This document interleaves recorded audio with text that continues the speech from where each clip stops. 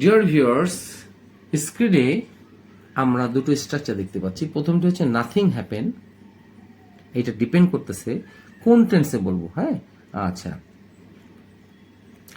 প্রেজেন্টও বলতে পারি, পাস্টও বলতে পারি। সেই জন্য এখানে এসও যোগ করে নিই প্রেজেন্ট ইনফিনিটির জন্য, বা পাস্টও করিনি, এটা আমার টেন্স অনুসারে চেঞ্জ করে নেব।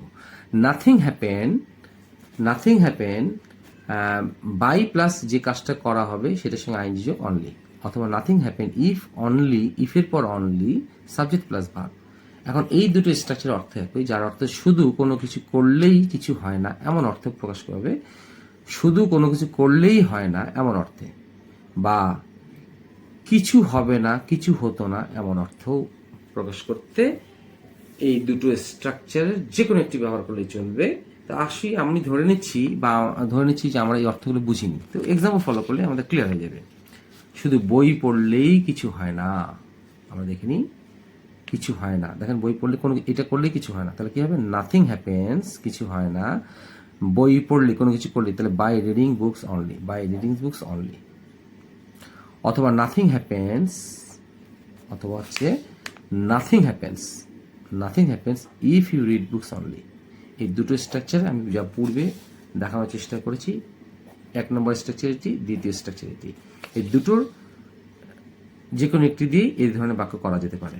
যেমন আবার বলছি, শুধু বই পড়লেই হয় না, nothing happens by reading books, by দিয়ে করা যেতে পারে এইভাবে নাথিং হ্যাপেন্সের পর, অথবা nothing happens for present indefinite করা যেতে পারে এরকম, if you read books only, only দিতে হবে, শুধু এটা করলেই চলবে না। দ্বিতীয় এক্সাম্পলটা আমরা দেখে নিই। শুধু চাকরিটা কয়েক মাসের জন্য করলেই কিছু হতো না, কি হতো না হচ্ছে এটা past indefinite. Nothing happened by doing the job, কয়েক মাসের জন্য ইংরেজি হচ্ছে ফর এ ফিউ মান্থস। হ্যাঁ, শুধু, এই শুধুর জন্য অনলি বসেছে শেষে। Nothing happen by doing the job for a few months only, অথবা নাথিং উড হ্যাপেন, কিছুই হতো না যদি if you only did the job for a few months. ইফের পর অনলি আসবে, ইফ অনলি বা if you only did the jobs for a few months. 3 নম্বর এক্সাম্পলটা আমরা দেখি। শুধু তার জন্য এই প্রখর রোদে, এই প্রখর রোদের ইংরেজি হচ্ছে in the burning rays of the সান, অথবা ইন দ্য বেকিং সান। এই প্রখর রোদে অপেক্ষা করলেই কিছু হবে না। নাথিং উইল হ্যাপেন, এই যে ববে বা, ওই জন্য উইল এসছে, ফিউচার ইনডিফিনিট হয়েছে এখানে। তা nothing will happen by waiting for her, by waiting হচ্ছে অপেক্ষা করলেই চলবে না, কার জন্য? তার জন্য অনলি। এই প্রখর রোদে তার জন্য শুধু অপেক্ষা করলেই চলবে না।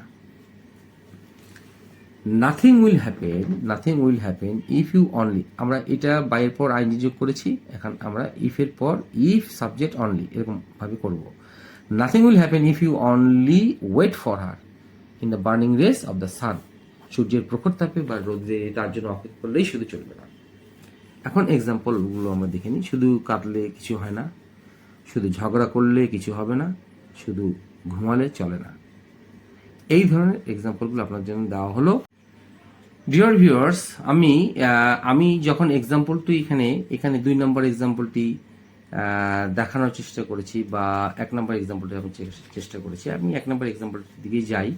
যে আমার এখানে দ্বিতীয় স্ট্রাকচারটি রয়েছে, আমি এখানে ইফের পর অনলি বসাইছি, তারপর সাবজেক্ট হলো ভার্ব। এখন আপনারা অনেক সময় ভাবতে পারেন যে আমি কেন এখানে ইফের পর অনলি দিলাম না, তারপরে সাবজেক্ট ভার্ব দিলাম না। এটা দিলেও হবে। আমি বলি nothing happens if you read books only, অথবা if only you read books. এটা এইভাবে স্ট্রাকচারটা করলেও হবে।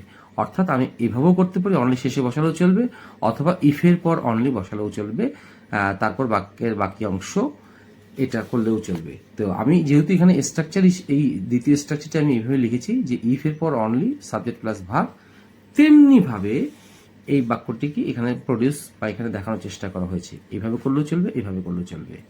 হ্যাঁ, আমি আবারও রিপিট করছি, নাথিং হ্যাপেন প্লাস ভার্বের সাথে আইনি যোগ অনলি, অথবা nothing happen if only subject plus verb. এর অর্থ শুধু এটা করলে হয় না, এরকম অর্থ প্রকাশ করতে আমরা এই ধরনের স্ট্রাকচার ব্যবহার করব।